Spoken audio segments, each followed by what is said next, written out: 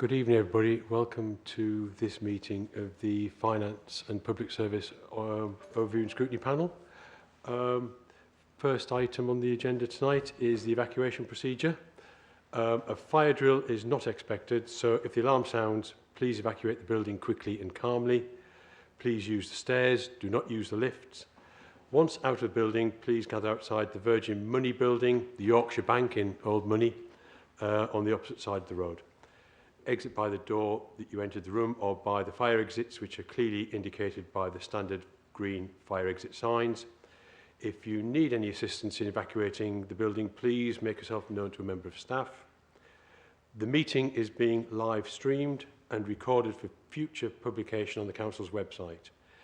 Can I ask that you turn your mobile phones off or to silent, please? Okay, moving on to agenda item 2, apologies. I have apologies from Councillor Tracy Shepherd. Her substitute is Councillor Jill Shepherd. Thank you for substituting, Councillor. On to item 3, minutes, to confirm the minutes of the last meeting.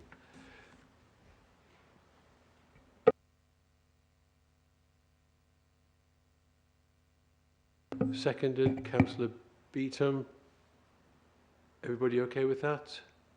Thank you. Then I can sign the minutes. Thank you. Agenda item 4, declarations of interest, party whip. Is there anything other than in the printed schedule? Councillor Kenner. Thank you, Chair. My disclosable pecuniary interests are incorrect in the minutes, but officers are already aware and will be amended for publication on the Council's website. Thank you. Thank you, Councillor. We should make sure that the schedule is amended for future publication. Thank you. Okay. Item 5 on the... Councillor Shepherd, I beg your pardon. Under declarations of interest, because mine aren't in the paperwork. So a member of the HTC Big Local, Tiltop and Caldwell, chair of the Mental Health Drop-In, and director of Wenbrook Community Centre. Thank you, Chair. Thank you, Councillor. Can we make sure that's updated as well, please? Item 5 on the agenda, public consultation. I've received no notice of any public speakers. Thank you. So we can move on to item 6, questions to Cabinet, and I see we have Councillor Evans present. Thank you, Councillor. Any questions for Councillor Kenner? Thank you, Chair. My question's for the Cabinet Member for Public Services. He announced at full council last week the number of fixed penalty notices that have been issued by this council this year. I was just wondering if you could elaborate further on past years' fixed penalty notices that have been issued by the council, mainly in respect to fly tipping, but if he wants to go into others, he can. Thank you. Yes, I'm happy. I can provide that information for Councillor Kenner. So, if you want the figures specifically for fly tipping, so I announced at full council that we issued 695 fixed penalty notices since May towards a whole range of breaches. The specific figure for fly tipping specific offences was 98. So we have issued 98 fixed penalty notices since May towards fly tipping breaches specifically. If I give you the figures for 2020, the previous administration issued 6 across the whole year. So from that's January through to December, they issued 6 fixed penalty notices towards fly tipping. So that is, when you look at our figure, that's a 1,533% increase on the figures that were obviously created by the previous administration. If I go back to 2019, not that great either. In the first quarter, they issued 7. In quarter 2, they issued 0. Quarter 3, they issued 3. and in the final quarter they issued 1, so that totaled to 11 in the 2019 year. So I'm very proud that we have managed to increase the number of notices by 1,533% since May, and we are doing what we can to increase that figure even more. But I will not take any lessons from the opposition on trying to do this better, because clearly 6 just ain't good enough. Councillor Phillips. Yes, thank you very much, Chair. Can the portfolio holder for waste, etc., tell me when this contract came into force? And, yeah, answer that. And was he aware this question was coming to him at a scrutiny meeting prior to the meeting?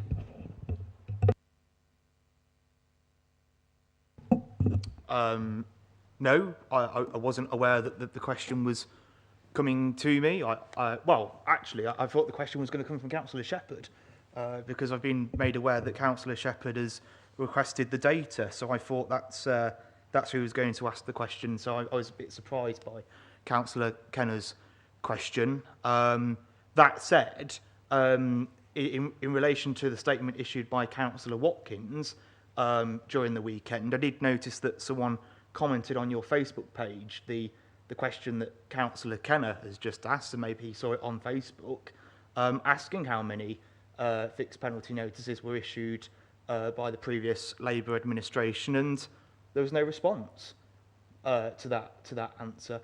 Chair, that's an answer to my question. I haven't finished yet. The 3GS contract that we have at the Refuse Department, they obviously help us issue fixed penalty notices. I understand that the contract came in 2019.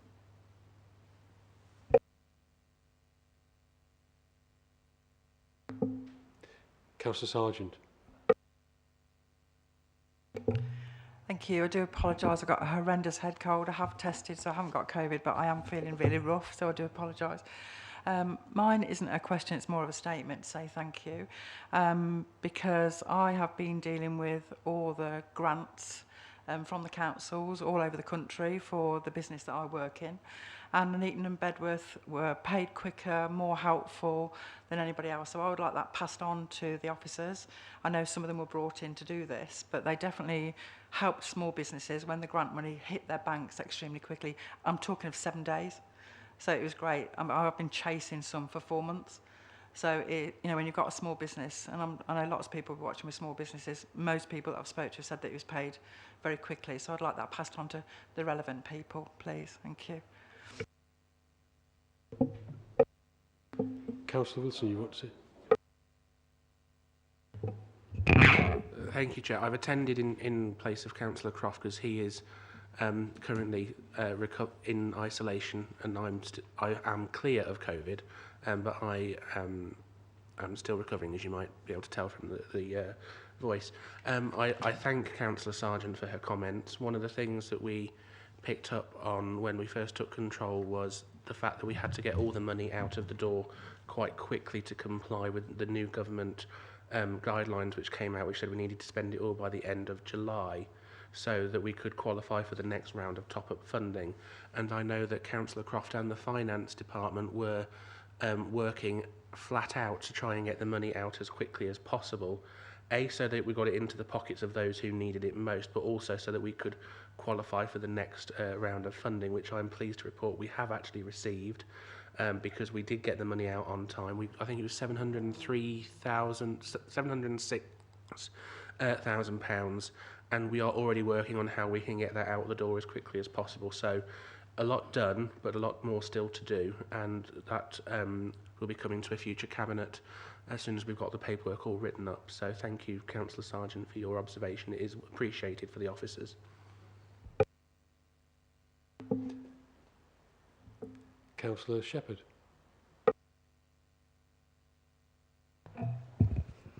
Thank you. My question is for Councillor Evans. Actually, it's more of a statement, I should say.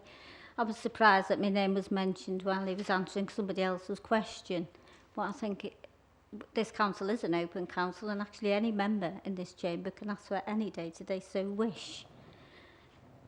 And if it's possible, so I'm surprised you mentioned my name. However, you didn't seem to mention that before you took 80 of the offences you mentioned in your 695 were actually before you took office. You seem to have forgotten about that. And would it not be fair to say, with the environmental quality officer that the Labour Party put in, and the river bank clearance team, that actually that has helped you achieve better figures? Thank you.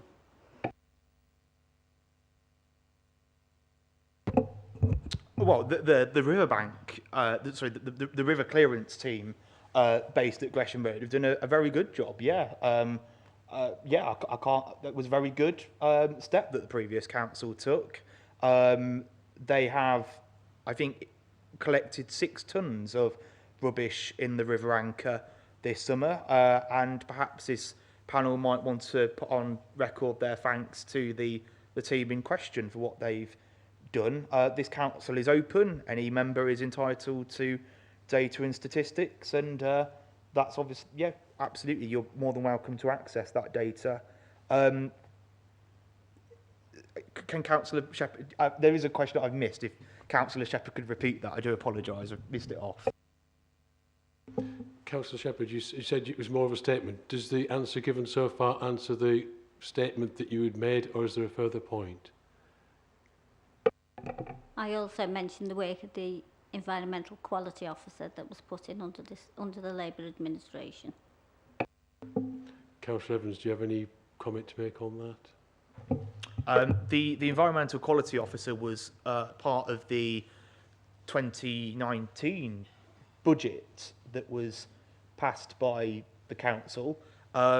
We, as a Conservative group in opposition, put an amendment to that budget, and that was also part of our budget. So yeah, it was a great appointment. Yeah.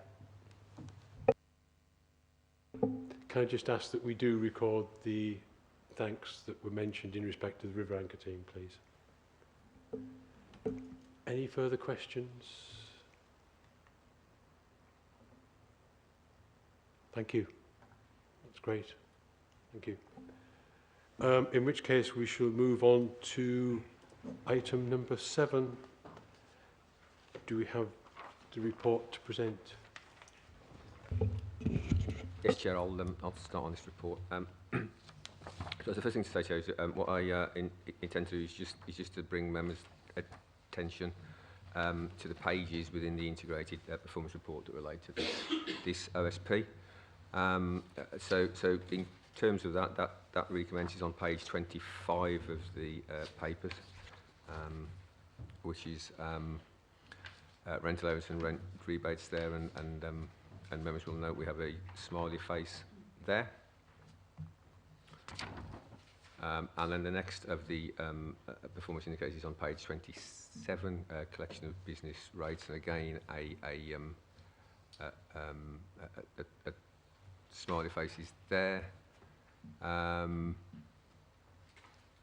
the same for revenues there. What I would just flag up there, I suppose, a slight note of caution, is that the business rate grants that were given by the government to effectively have small businesses not having to pay any business grants during COVID will start to phase out shortly. So that could lead to a reduction in business rates collected there. It may not, but I think it's just worth noting that there will be a sort of a significant change in the landscape there that we will need to keep a close eye on. So a slight note of precaution there. Then flicking through the next. No, in fact, that's not. Just bear with me, Chair, or I'll just get to the right place there. So the next one is on page 36 and 37, which relates to refuse and street cleansing. As you can see, we have a positive. Well, in terms of financial aspects, we've got a smiley face there. In terms of kilograms of household waste collected, we have a positive trend there on the first quarter, but my suspicion there is that we are still seeing the effects of people not going out as much and hence consuming more within their own households. So there's more going into the domestic waste stream, whereas some of that may have gone into commercial business waste streams before, particularly food, etc. There. So the trend is on the right way, but we still have some way to go to meet that target. Then in terms of percentage of waste recycled and composted, again, we do have a positive trend there, but again, I think what we're actually seeing there may change as the economy opens up again. And again, I think what we're seeing there in some ways is an Amazon effect, etc., where there's more home deliveries that is going to recycling streams. So again, that may well change as people hopefully venture out more into retail shops and the high street there. Just on the top of page 37, which is the budgetary aspects of recycling, the panel will note that the recycling contract, which it forms two parts really. There's the collection from people's doorsteps, well, the street actually, and then there's the processing of that is spending more than was originally forecast. That is due to increased costs in the main from Coventry City Council and does relate to some COVID measures that they have had to take in terms of crews and support vehicles and spreading things out. So that is something that we're working with the finance team for and are taking that into account in terms of next year's budgeting around there.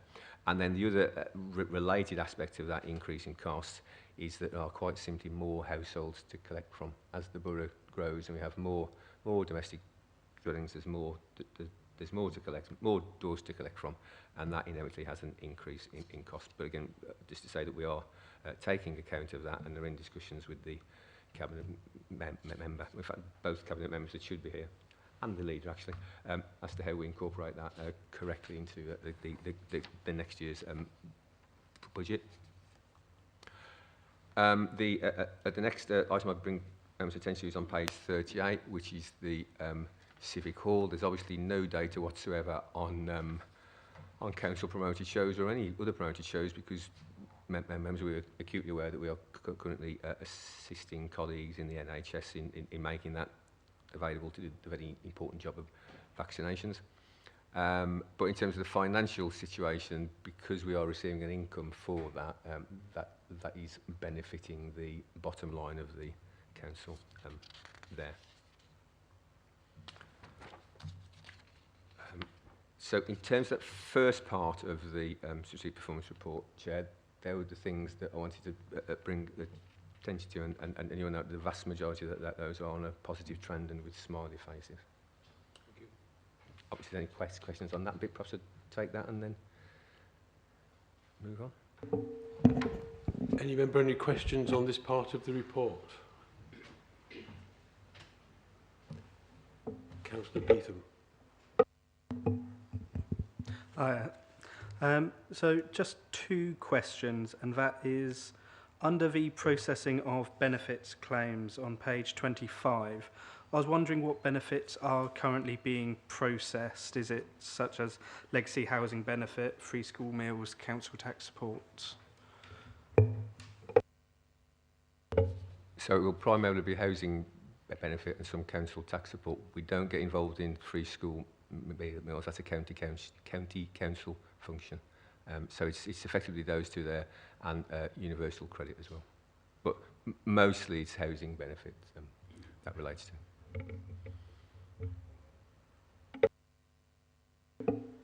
Councillor, do you have any further questions on that? I was just wondering, when we get given the next quarter, if it's possible to have 2019 as a comparison as a non-COVID year, so we can see how COVID has hit us in comparison.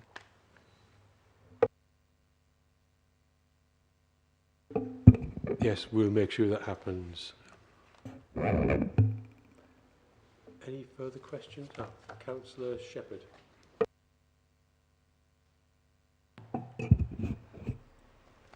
Thank you, Chair. On page 39, you've said there's a commentary there about salary underspends due to vacancies in the service in the HRA, and that's also been mentioned as general vacancies. So can I ask how many vacancies we've got currently over both services, or I'm happy to have it as one or the other? I can't give the answer to that. We'd need to look at that, and I suspect Ruth won't know the answer of all the vacancies we got off the top of the head on that chair. But we can supply a written answer for that. And I guess also just to flag up, Chair, that actually does fall under another OSP's remit there. So I hadn't prepared for that one tonight. Yeah, I'm conscious that this is a large report and several aspects of it are not really relevant to this scrutiny panel, but we've got the entire report, and as you say, perhaps for a future meeting we should extrapolate the parts that are relevant to the panel. Any further questions on that? Councillor Shepherd. Thank you, Chair. On page 40, in regard to the figures in terms of, actually it's on 41, it's just on the top of 41, apologies. The predicted 300k underspend in level access showers being used to fund increased works to slabs to tarmac, roof coverings and environmental work schemes. While this has a smiley face, I do worry about the impact in not providing our residents with level access showers, which are quite important for the quality of life and allowing them to stay in their own home. So can I ask how that is going to be moved forward?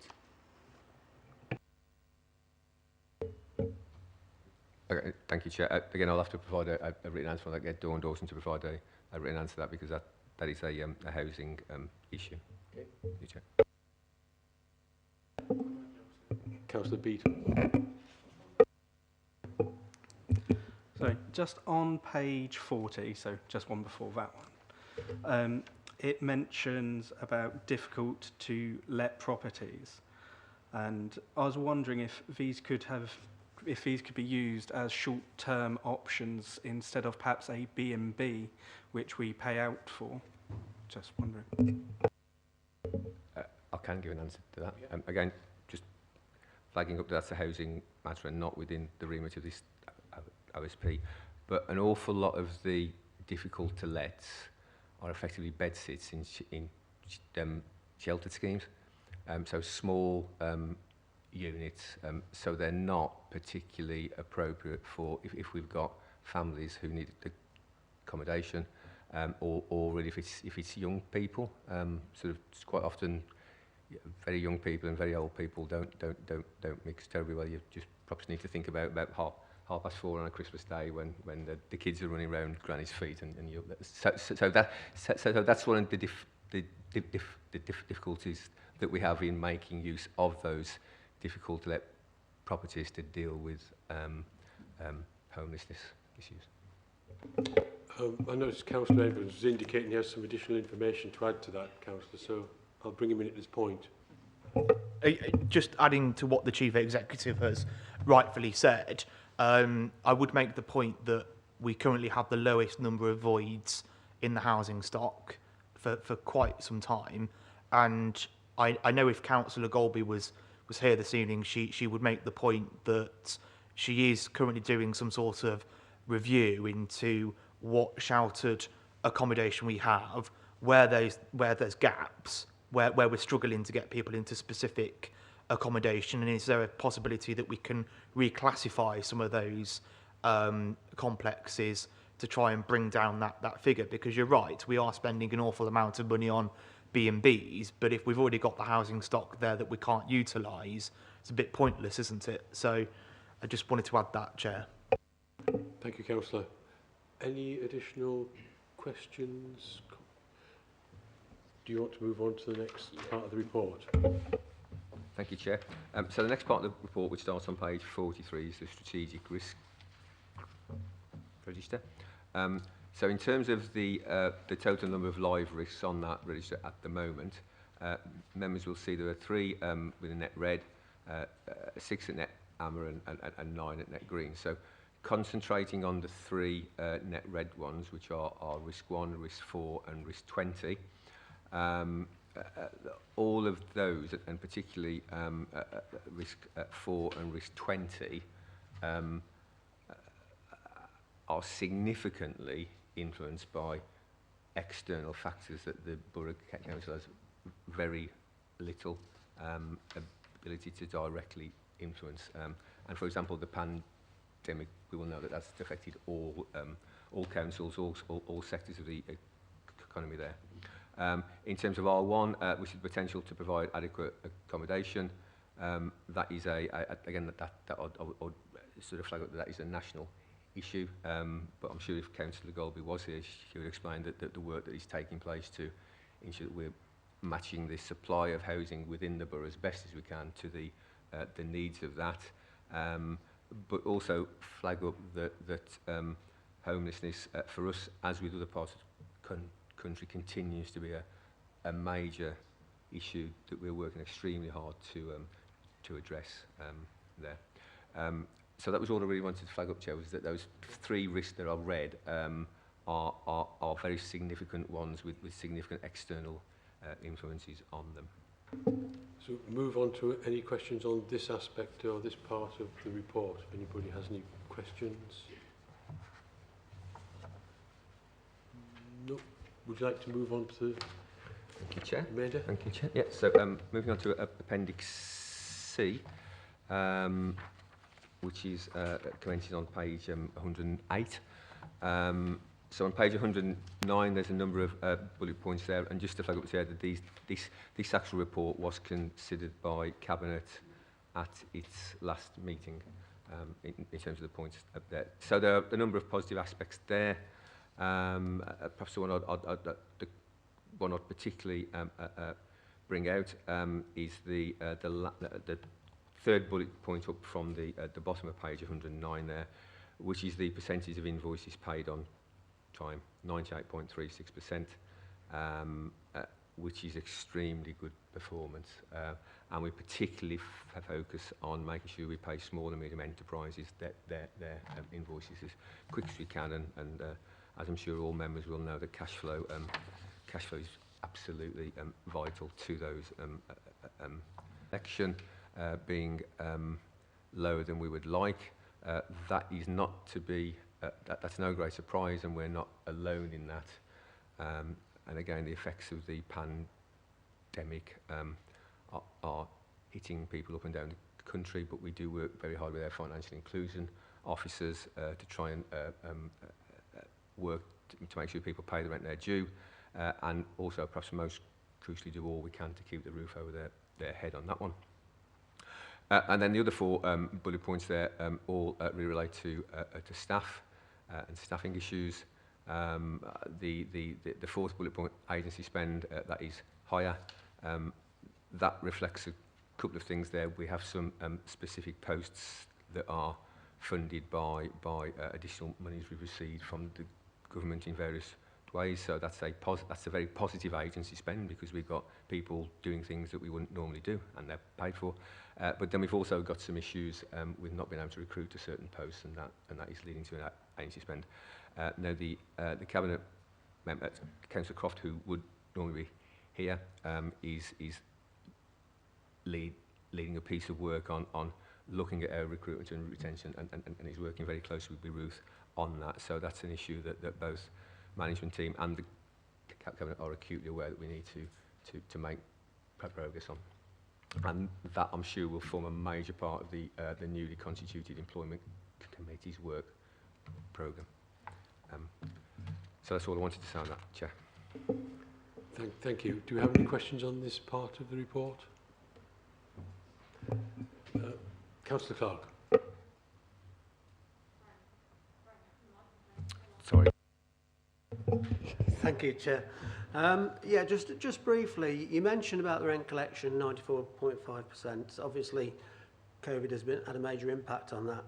Can you just give an indication in relation to our peer group of councils, how we compare with other councils? Are they finding the same issues? Have they dropped their percentage rent collections?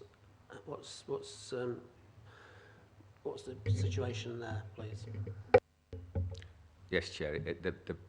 The broad and simple answer is yes. All other councils are finding a very similar picture there. But perhaps if I suggest that I can get some colleagues from the housing department to actually put some facts and figures to that, so I can see exactly how we stack up. But it is really a national picture. Councillor Wilson, did you want to come in on this? Yes, thank you, Chair. As part of the LGA review that we recently had, they benchmarked us on a number of items, including this particular one, against our comparator councils. So not North Warwickshire, etc., but councils of similar like and style and makeup. And we were broadly in line with that. But it might be worth circulating that document to all the OSPs actually, because it does have a number of comparators across not just housing but other elements of finance and work that we do, such as planning, etc., which we haven't actually had. We were commenting, weren't we, Brent, that we haven't actually seen something like that for a long time, comparing us to our nearest neighbours in type of council. So that might be interesting, and it might form part of any future OSP's work programme. They might find something interesting in there, but the direct point is, Brent is correct, that the indicators we were given before the LJ peer review were that the rent collection is broadly in line with our nearest comparator councils. Councillor Clark, did you want to come in again? Recognising those responses and appreciate the candour.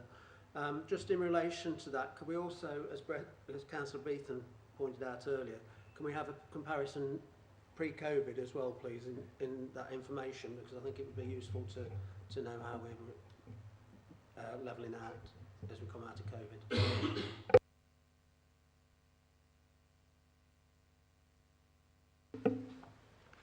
Councillor Shepherd.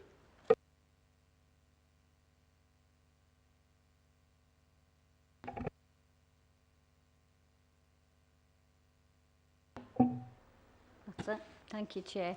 In regard to the rent collection, we are a little below. However, do you think there's going to be an ongoing issue with rent collection with the changes to universal credit?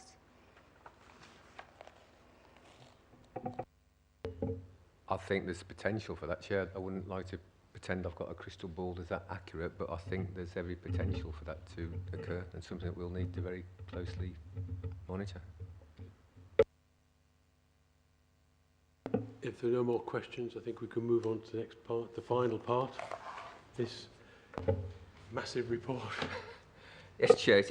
And I find it a little difficult to introduce this last part, in the sense that it's a table of reference numbers of complaints created, data complete and outstanding, and which service area, and because of undoubtedly the personal information that will be behind the complaints, then it needs to be anonymised in this way. So to be honest, I've not really got much to add on that.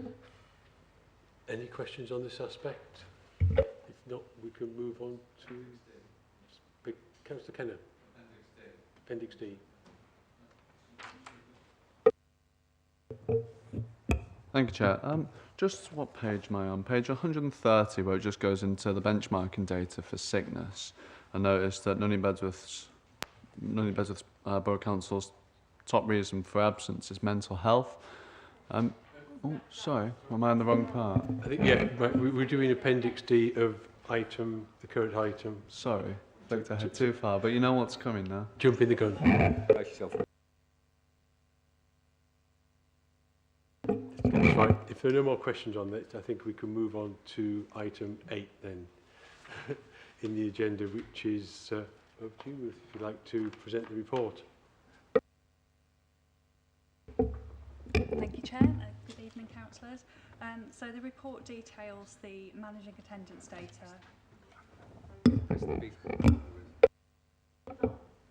Yeah, sorry, apologies. So it details sickness absence data for last financial year, including benchmarking data and trends. It was a difficult year with COVID, but we did meet our sickness targets. I'm happy to take any questions.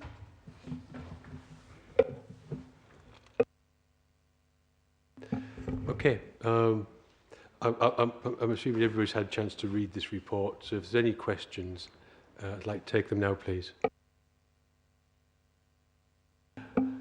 Councillor Kenner. Thank you, Chair. Right.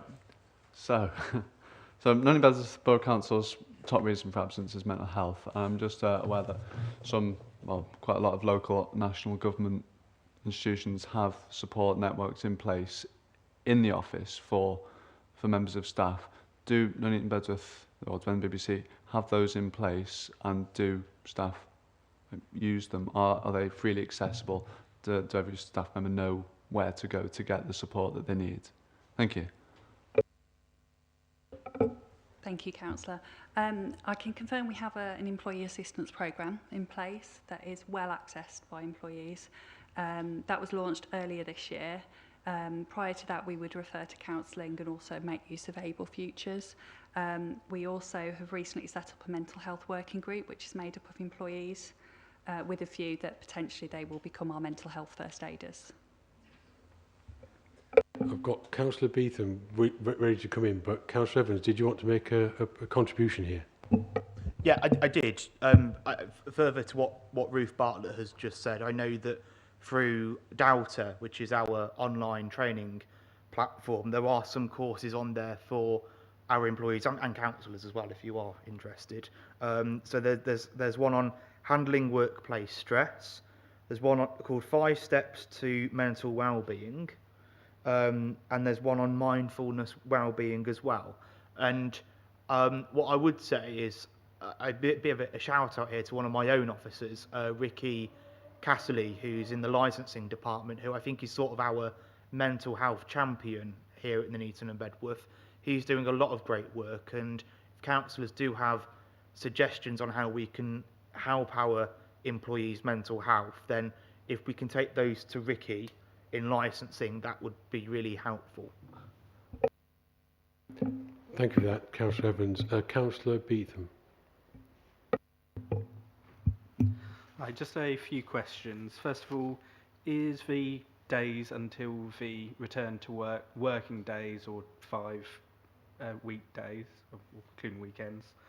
And second part is it within, I suppose, the process of return to works that if the normal line manager isn't there, if it's appropriate for it to, so let's say it's just a cold and nothing more personal, which hopefully a line manager would know, that it could go to another manager of similar line in the same workforce, etc. Thank you. Yes, we have a first care absence management system. So the return to works is 3 working days, Monday to Friday, but bearing in mind that some people work part-time, so they don't work Monday to Friday. And the system allows for several manager contacts on there to complete the return to work. We also have dynamic return to work interviews depending on the absence reason, so it's easily picked up if it's a more personal reason, for example. But yes, that facility is available. Councillor Shepherd.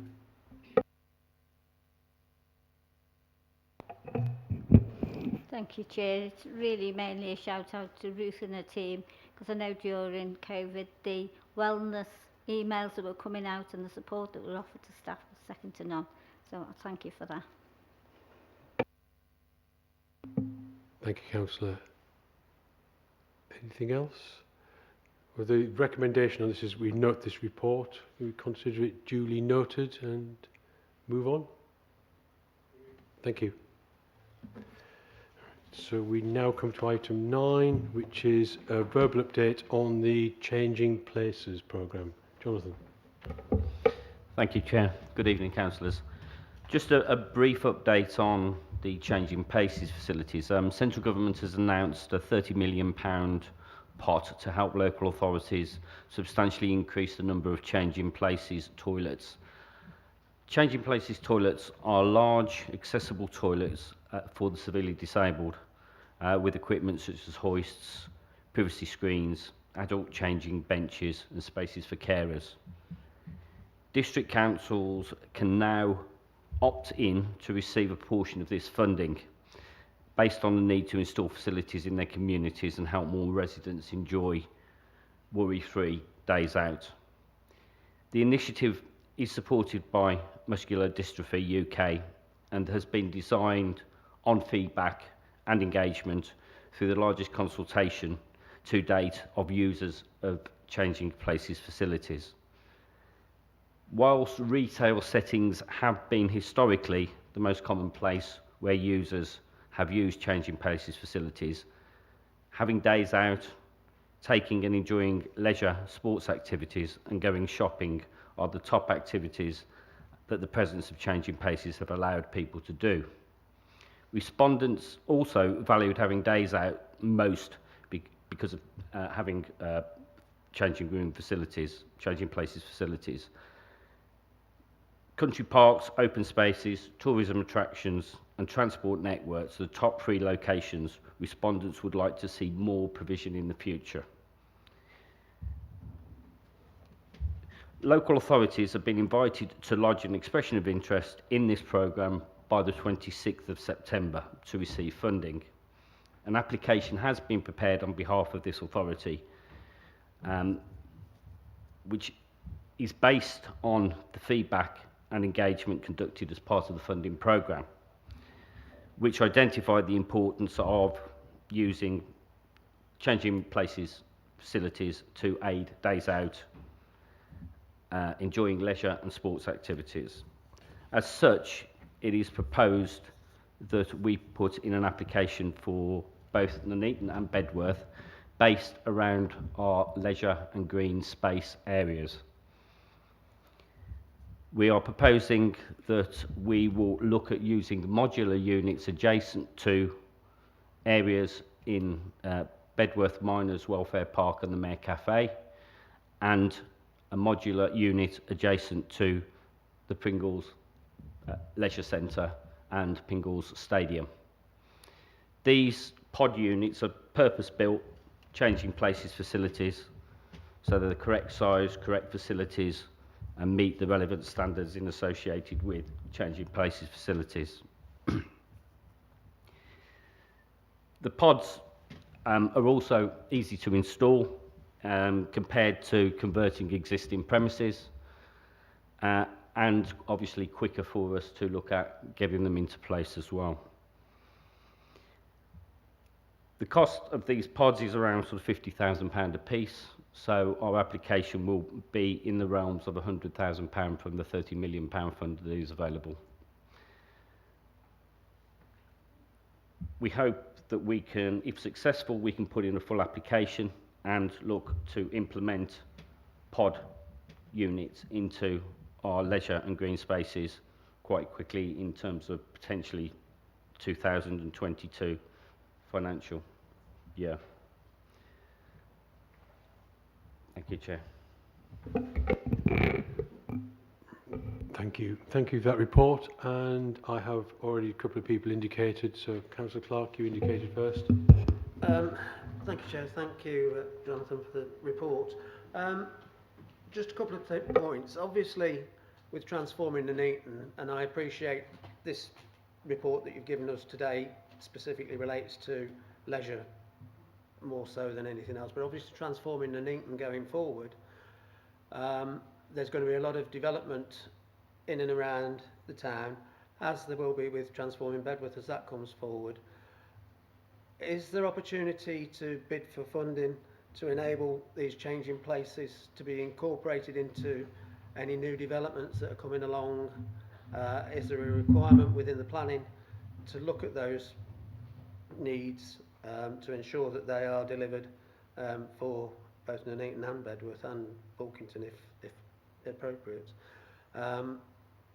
So that's the first part of my question. And the other part is, obviously, the County Council are also doing developments in the town, and I know Councillor Golby, who's championed this actual delivery of a changing places unit within the new library as that comes forward. My question is, are we working with the County Council to ensure that their developments, along with our developments, incorporate these opportunities as we move forward to ensure that they are the facility is there for the public, and to enable that use of leisure and the town centres as open spaces and accessible to all people. Thank you.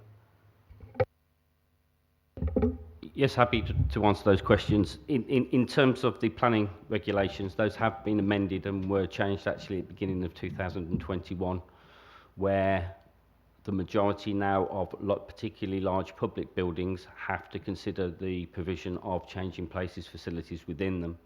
And part of the thought process as well in relation to looking to put our application relating to around the green spaces and leisure element was that we believe that because of the amount of regeneration going on in hopefully both of our town centres, that we will be well served within the core of our town centres in terms of this type of provision. Certainly, again, we have had previous conversations around changing places facilities with Warwickshire County Council, particularly around sites such as the library, where they will be looking at providing that level of changing places provision within the development there as well. I've got Councillor Kenner ready to come in, but Councillor Wilson, did you want to add something here? Yes, thank you, Chair.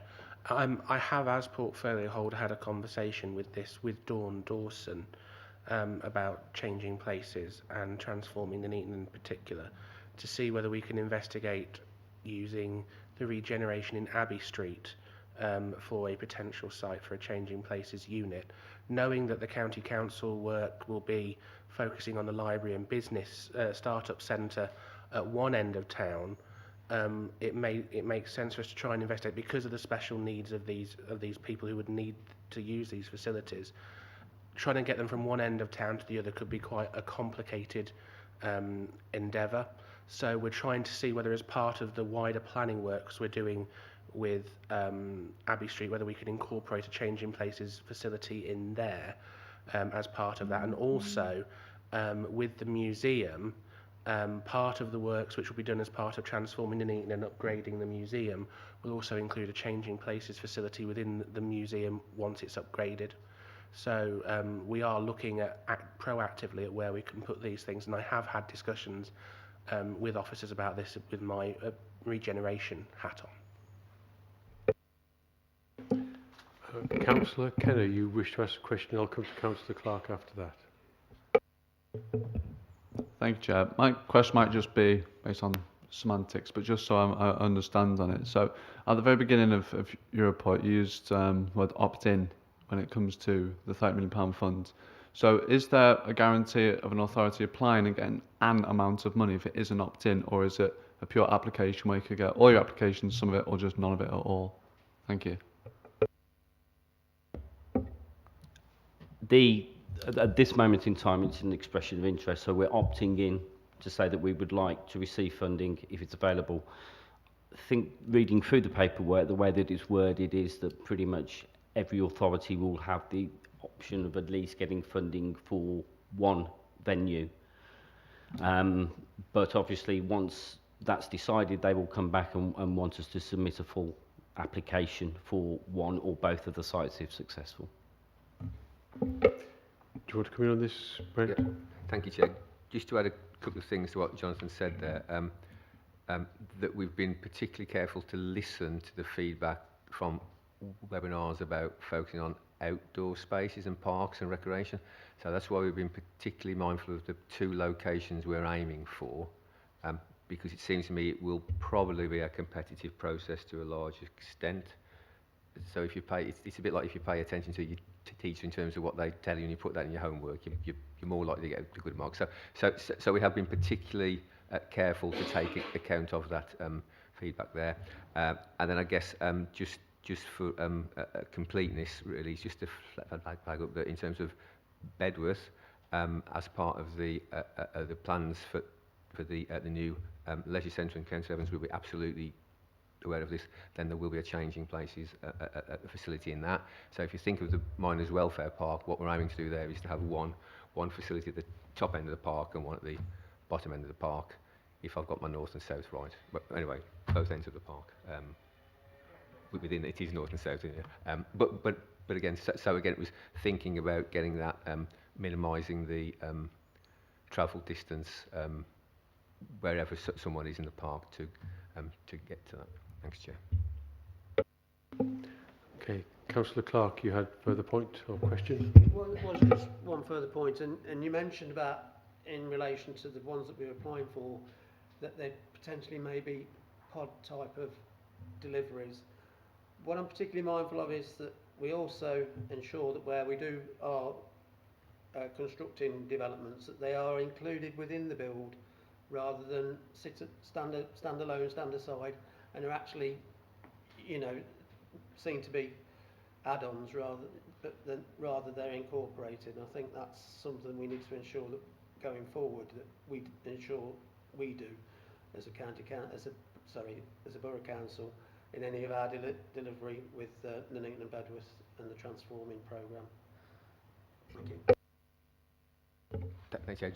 Just to reassure members on that, there's two aspects of that I've got absolutely no doubt that officers would be instructed to do that by members in any case from it's the right thing to do perspective. But the backstop to that is because the planning regulations have changed. Any sizable public building has to have it now. So that's sort of your backstop. And sorry, Chair, the other question that Councillor Clark asked some time ago was, would there be a potential to apply for funding to assist them going into any big... it appears the answer to that is no. And I think the view of that is that when you're building a large public building costing several millions of pounds and you're starting from scratch, you should be able to incorporate a changing places toilet in there, change facility in there, relatively cheaply because you can build it in from that going, and it's about making sure that you do that and you spend some of your cash on providing that facility. So I suspect that that won't happen, but these additional ones are where you're not going to be building those big public buildings. Going back to the pods, if I may, Chair. Obviously, they need to be blended in as best as possible, I suspect, so that they don't stand out. I know people need to know where they are and that's easily accessible, but obviously they don't need to be in the middle of somewhere where it's obvious where you're going, basically. And I think we need to be mindful of that when we're citing these pods that hopefully we get the money for from the government. Thank you, Chair. Yes, Councillor Sargent. Thank you. I'm just listening to it. I think it's fabulous that we're going down this route. I was brought up by a mother with horrendous disabilities, and the hardest thing that I found is that when I took her shopping, there was no respect or dignity for her. So I am thrilled to hear everybody, whether it's just in leisure to start with and then moving forward. I think it's a great thing for the borough. I really do. Thank you. If there's no further comments on that, I'd like to thank you for bringing this verbal report, and I'm sure you've got plenty to take away to bring as an update to a future report, because we look forward to hearing your progress on this one. Thank you. So with that, we can move on to item 10, the sub-regional materials recycling facility. Back to you. It's a very snappy title, Chair, isn't it? So thank you, Chair. Obviously, I'll assume that members have had a chance to read this report, and it is quite a short report. That's aiming really to do two things.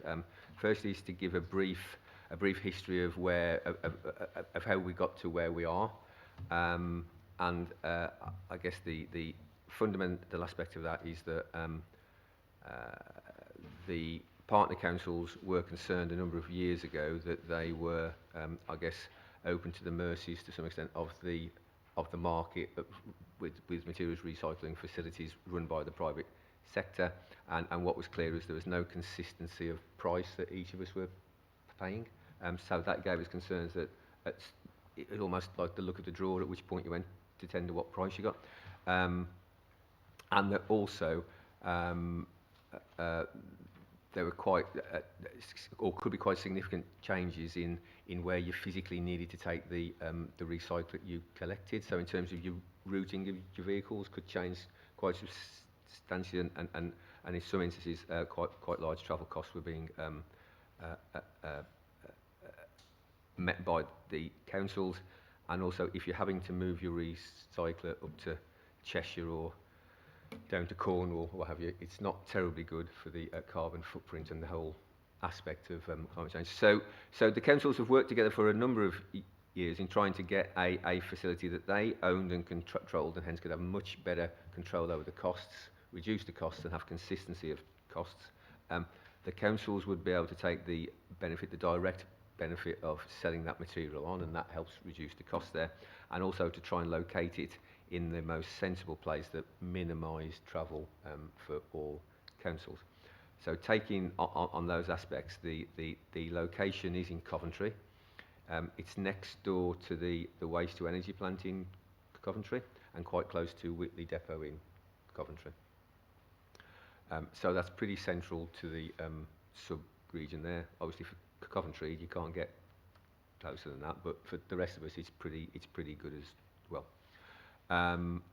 So originally there were 6 partner councils. We're pleased to say that 2 of the partner councils came on, so all of the districts and boroughs in Warwickshire are now part of the project. A very detailed business case was drawn up. That had input from very reputable private sector firms at KPMG, were the people who did the financial modelling there, and the size of the facility has been developed to the 2 things. One is to make sure that the anticipated levels of recycling from the partner councils over the next 20 to 25 years can be taken account of as more houses are built. But that secondly, a deliberate decision was made to allow some headroom in that. So there's the ability to bring sort of commercial and industrial recycling in and charge a bit, well, probably a lot more per tonne for that actually, to again reduce the net cost. So both I guess a very municipal angle to that in terms of what councils need to do, but also some entrepreneurial slope with that to bring in additional income.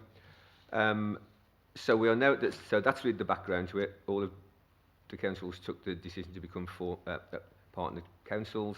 They are all shareholders in an arm's length company, Sherborne Recycling Limited. Their shareholder proportion is based on their annual tonnage. So the bigger the council, the bigger the shareholding, because the more it will put through the gate, and that seems to be an extremely equitable way of making that. And there's also, of course, the affordability of shareholding. So for the smaller councils, having a smaller shareholding was advantageous in there was a smaller absolute amount of capital funding required there. So a very comprehensive and as it turned out, complicated and global pandemics, etc., didn't help in this process took place. That's been concluded now. The design of the MRF is very cutting edge. So it's heavily reliant on artificial intelligence and machinery and kit, and not so reliant on people.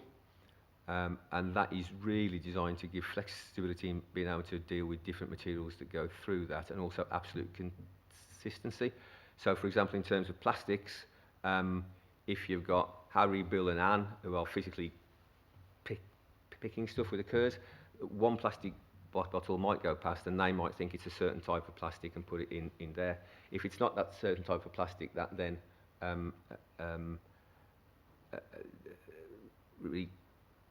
reduces the quality and contaminates that plastic using laser technology, computer technology and artificial intelligence. You're very consistent about how you split the stuff up. The better you split it up in the first place, the higher the quality you sell it for in terms of that.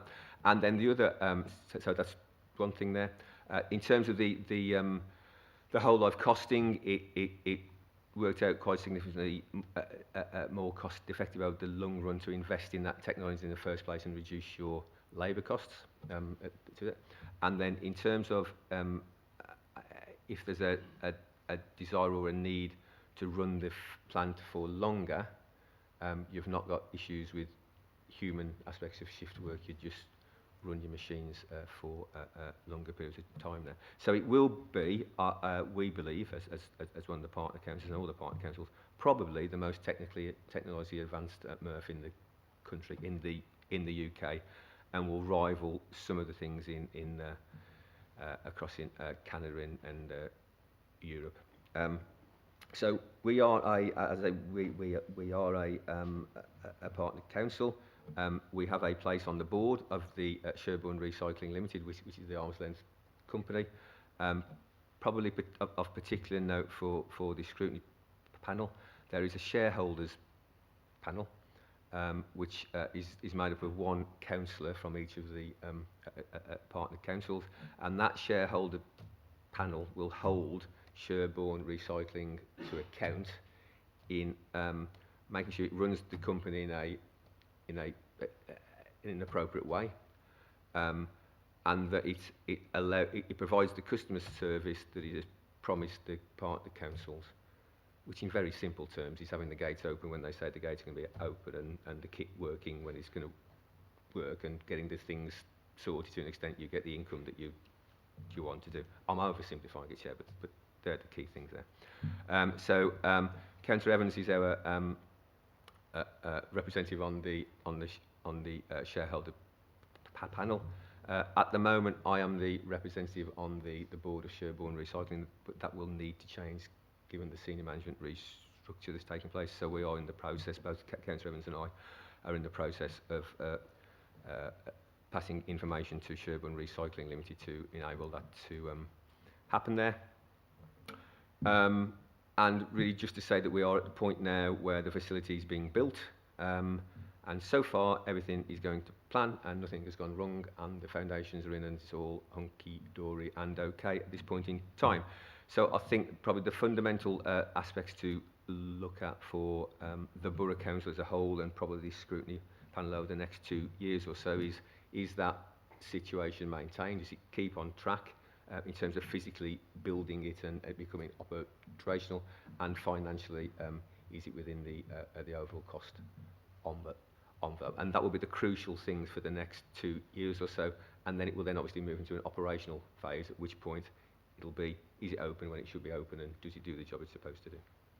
And that's all I was going to say, Chair. Thank you for that very thorough report. I have Councillor Clark, I think, indicated to speak. Anybody else? Chair. Yeah, I welcome the report, and I welcome the opportunity that this gives our council to be part of the recycling movement locally, sort of thing, and to ensure that we're able to comply with our commitments going forward.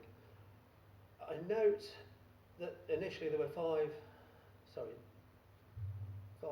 borough councils involved, and you were talking 90,000 tonnes with a maximum 120,000, rising to 120,000 tonnes per annum with those partner councils using it. And you mentioned the opportunity or the headroom that was built in that. Obviously now there's more councils involved with the additional members coming on board, and you're now looking at 175,000 tonnes, which is almost double the initial plans that we got. So my concern is, first of all, around the headroom that you mentioned. Is there still headroom built within the development of this site? Also, on the back of that, obviously if it's going to get used a lot more, there's going to be requirements for servicing. What are the downtimes? When is it going to be, you know, how many? And I know the existing site at Coventry has to, sometimes they've got two machines operating, one has to close while the other one continues operating. Is that the case with this? Is there an opportunity for that, or will it actually have to shut down for service, or and what are the impacts longer term? As I say, particularly insofar as there's now going to be a lot more going through it. And I welcome the opportunity to be able to put more through it, because obviously the greater the recycling that we can do, the better it is. But I'm also a little bit concerned that additional capacity is going to impact on the service that we receive as an authority. Being one of the original 5, we're now one of 8, and there may still be additional work going through it. So those are my concerns and thoughts on it. If you could give me some indication, I'd be grateful. Thank you. Okay, thanks, Chair. So in terms of the increase in size, it's essentially a 50% increase in size. Well, it's about 46.5% increase, but it's the nearest 50% increase in size, capacity. And just to flag up that will be enough, because the 2 additional partner councils that came on board are Stratford and Warwick. So some of the original partner councils were Walsall, Solihull and Coventry, so obviously much bigger. So the additional 2 are not as big. So whilst there was certainly a need to put in more capacity, because they were district councils and not unitary councils, that's been factored in. And the modelling has looked at the likely housing growth and taken quite a, I'm not sure it's optimistic or pessimistic view on that. Basically saying there'll be lots more houses built, so there'll be lots more sites like that. So I think in terms of that 175,000 tonnes capacity, that's fine. That 175,000 tonnes capacity is also in line with the operational hours that are currently planned. There is an ability to make those hours work longer. I don't absolutely know the answers, but I would imagine there could be some planning issues with Coventry in terms of noise. But it's certainly not working 24 hours a day, 7 days a week to put through 175,000 tonnes. So there is capacity there. In terms of R&M, then there will be downtime in the night. That can be done, and it's got a twin track processing line there, so you don't cut all your capacity when you're doing R&M, or if one super gizmo breaks, then you've got another one to do what needs to be done there. So it's all been based on a very cautious and robust business model to ensure it does what it needs to do.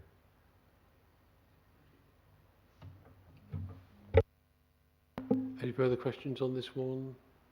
If not, I believe the recommendation on this one is just to note the report. So thank you very much.